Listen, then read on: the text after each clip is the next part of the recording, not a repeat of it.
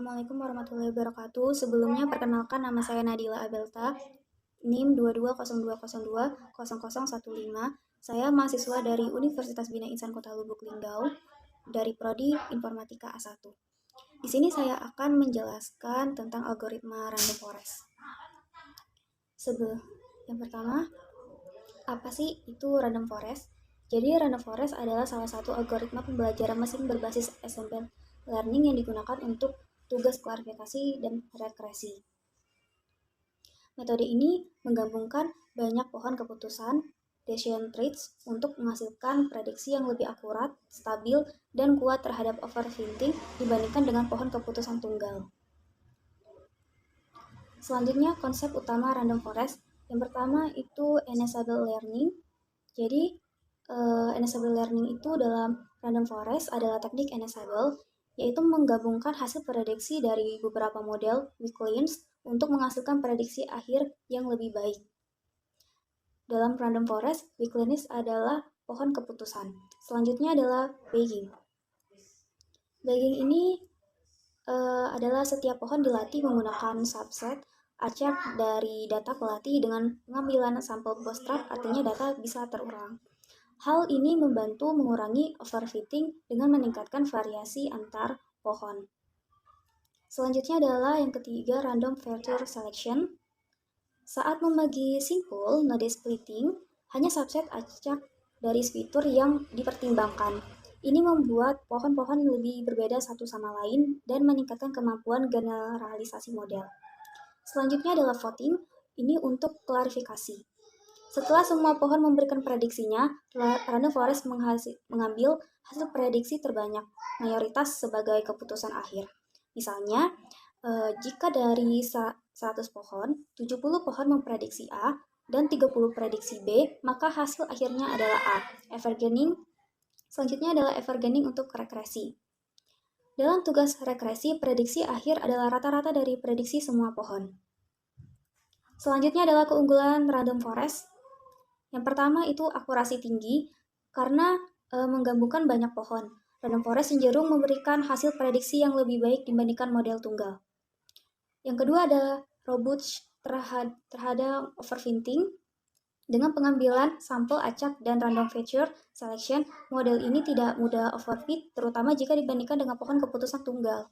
Selanjutnya yang ketiga, dapat mengenangani data dengan fitur banyak.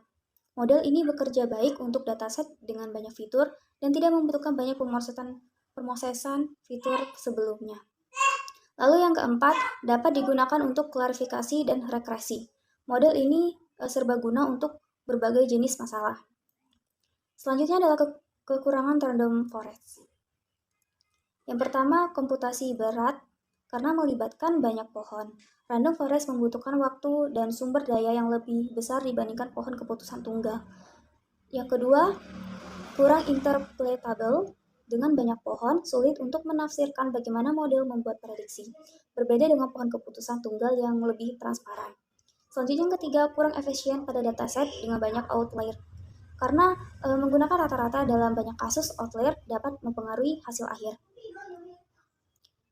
Selanjutnya, langkah kerja random forest.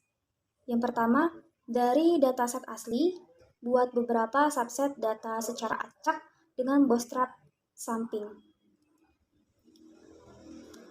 Yang kedua, untuk setiap subset buat pohon keputusan, dan yang ketiga, gunakan semua pohon untuk memprediksi hasil. Kapan kita menggunakan random forest? Yang pertama, ketika membutuhkan model dengan perform tinggi untuk klarifikasi atau regresi. Yang kedua, ketika data memiliki banyak fitur dan potensi overfitting tinggi.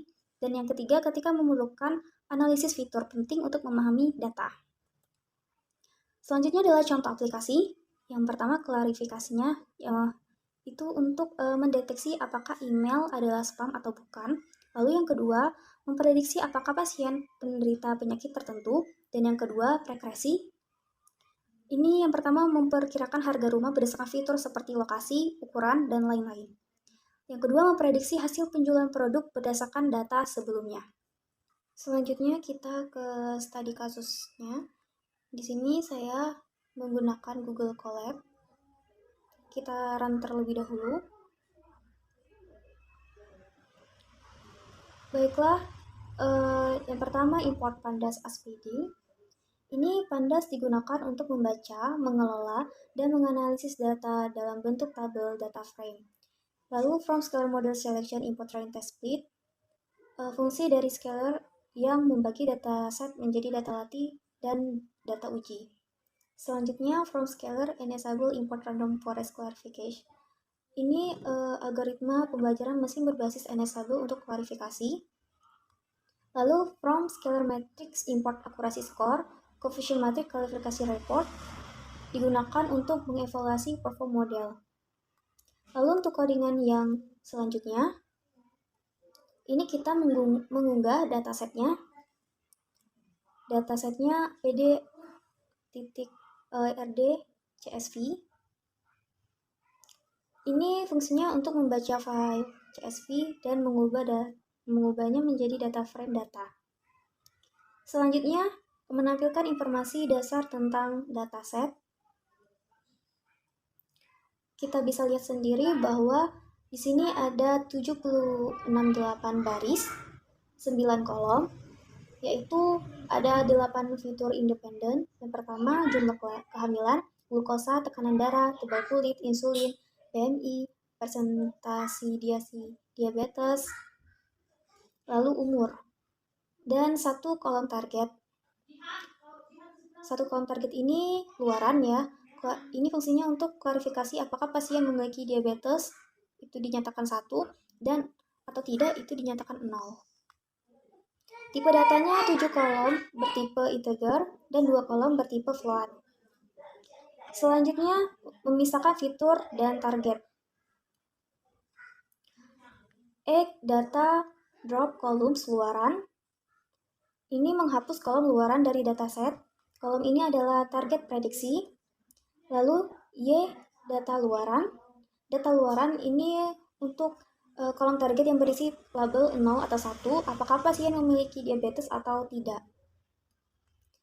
Baiklah, selanjutnya membagi data latih dan data uji.